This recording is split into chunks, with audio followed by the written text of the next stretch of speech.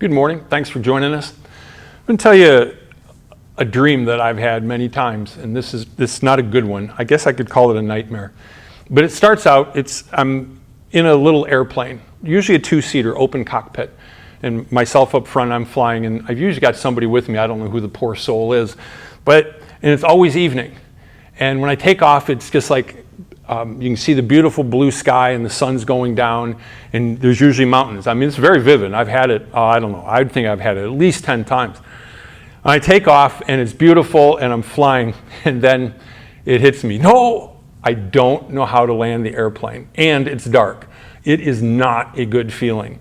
When I go hiking, there's something that I'd shown a picture to somebody recently, and I said, I'm outside my comfort zone, and it doesn't look like it.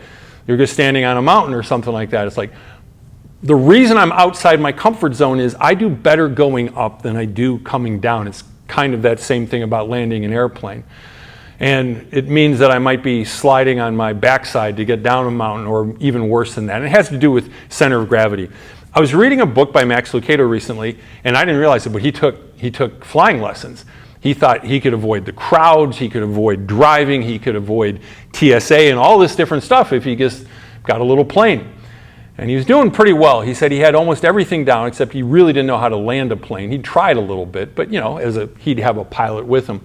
Anyway, he was flying somewhere, and his pilot, Hank, was up front, and he was taking a nap in the back seat, and there was somebody else in the co-pilot seat who had no idea how to fly. Long story short, Hank just says through the headset, he's just like, well, boys, I think I'm going to be sick. That's not something you want your pilot to say, ever. You never want to hear the pilot say, I think I'm going to be sick. Max says he looks at him, and sure enough, he's white as a ghost, and he's got these beads of sweat that are just pouring out all over his forehead. So he says, I got to put her down. And Max is thinking, I really wish I was up there so I could help, because he could pass out. He could throw up. There's all sorts of things that could happen, and none of them are good, and pretty much his life is riding on the whole thing. Well, needless to say, since Max wrote the story, obviously Hank was able to get it down before getting sick. I think about that.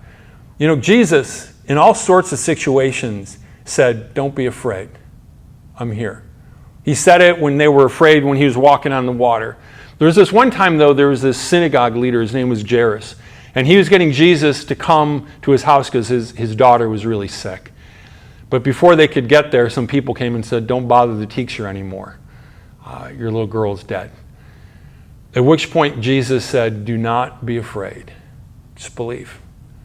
And I think that word is a really good word for a lot of us. What is it? What is it that has you feeling like I feel when I take off on the plane, but I don't know how to land? Or I get somewhere on a hike, and I got there, but I don't know how I'm going to get back to the start, because it's not going to be easy.